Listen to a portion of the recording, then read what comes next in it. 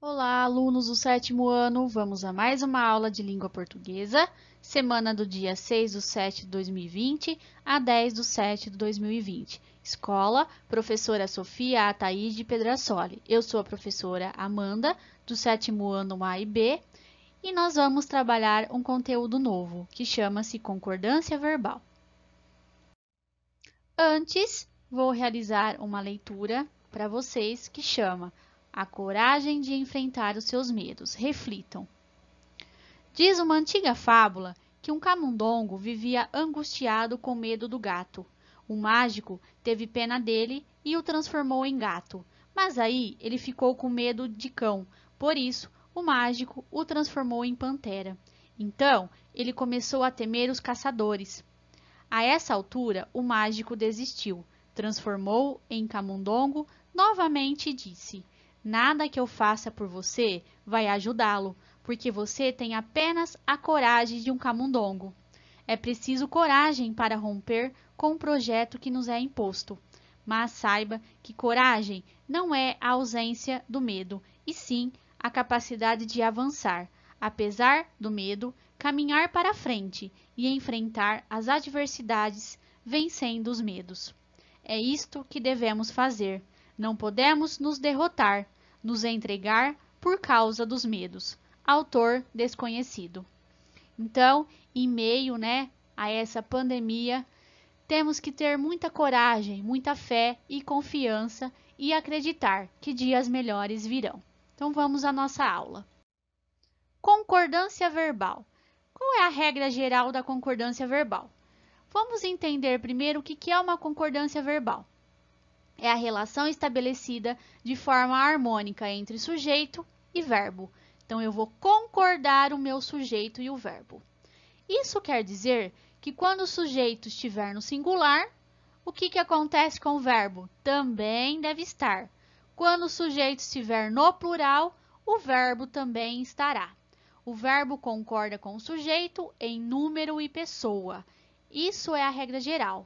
O verbo, ele vai concordar com o sujeito em número e pessoa. Quando eu falo número, eu estou falando de singular e plural. Quando eu falo pessoa, primeira, segunda ou terceira pessoa. Do singular, eu, tu, ele, ou plural, nós, vós ou eles.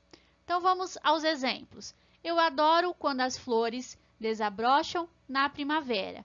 Então, qual é o meu sujeito? Quem adora? Eu. Eu adoro. O que acontece com o verbo? Ele também vai concordar. Eu adoro, primeira pessoa. Elas adoram quando as flores desabrocham na primavera. Sujeito elas. Terceira pessoa do plural. O que acontece com o verbo? Também concorda com o sujeito. Cristina e Eva entraram no hospital. Quem entrou? Cristina e Eva. O que acontece com o verbo? Está na terceira pessoa do plural. Por quê? Porque eu tenho um sujeito composto, é mais de um. Então, eu tenho que ter a concordância também, no plural. Então, vamos continuar. Primeira regra. Quando o sujeito composto encontrar-se após o verbo, este poderá ir para o plural ou concordar com o número mais próximo. Então, o sujeito ele vai estar depois do meu verbo, ele não vai estar antes. Então, eu posso ter dois tipos de concordância. Ele poderá ir para o plural ou ele pode concordar com o mais próximo. Então, eu tenho lá, morreu o ministro da Defesa e centenas de civis. Quem morreu? O ministro da Defesa e centenas de civis. Achei o meu sujeito. Então, se ele é composto, ele poderia concordar na regra geral com o plural. É uma das regras. Só que eu posso fazer a concordância com o mais próximo. Qual é o mais próximo do sujeito? O ministro da Defesa. Então, eu posso concordar aqui, ó. Morreu o ministro da Defesa. Ou, pela lógica, pela regra geral, eu concordo com os dois. Morreram. Quem morreram? O ministro da Defesa e centenas de civis, que é a regra geral, que o sujeito ele concorda em número e pessoa. Então, vamos continuar. Vamos para a próxima regra. Regra 2. quando o sujeito é formado por expressões partitivas, que são essas expressões? Grande parte de, uma proporção de, grande número de.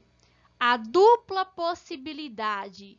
Por que isso? Eu posso tanto concordar ficar no singular quanto plural. Então, acontece lá. Um grande número de abelhas saiu. Olha o verbo concordando com a expressão. Ou pode ser um grande número de abelhas saíram. Então, tanto o verbo pode ficar no singular, quanto ele pode ser flexionado no plural. Então, as duas concordâncias estão corretas. Vamos prosseguir. Regra 3. Concordância com número percentual. Quando o percentual não estiver relacionado a um substantivo, o verbo deve concordar com o número. Então, eu vou concordar com o número percentual. Então, exemplo, se eu estou falando 1%, recebe. Então, o verbo concorda com o número. 10% recebem. Então, eu estou concordando com o número, tá? Plural. Regra 4. Quando os verbos, eu tenho os verbos lá impessoais, haver e fazer, forem empregados como verbos impessoais, indicando tempo. O que acontece? Eles devem sempre permanecer no singular. Então, por exemplo, faz 4 anos que começou a Guerra Civil no Sudão do Sul. Faz, nunca fazem 4 anos, faz. É uma regra, ele deve permanecer na terceira pessoa do singular. O verbo haver e fazer.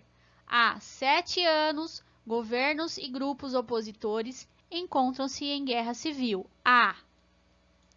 Houve manifestações. Nunca houveram manifestações. Então, sempre no singular, terceira pessoa. Houve manifestações pacíficas na Síria, que já fez. Nunca já fazem, né? 7 anos. Já fez 7 anos. Então, algumas regras de concordância verbal para vocês entenderem. No livro também tem, tá? Por último, as instruções.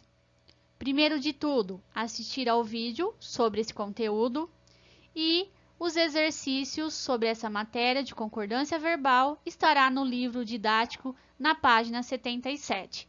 Uma semana abençoada e feliz a todos. Não se esqueçam de lavar as mãos, usar a máscara e, se possível, permanecer em casa. Se cuidem e cuidem de suas famílias. Até a próxima aula. Um grande abraço.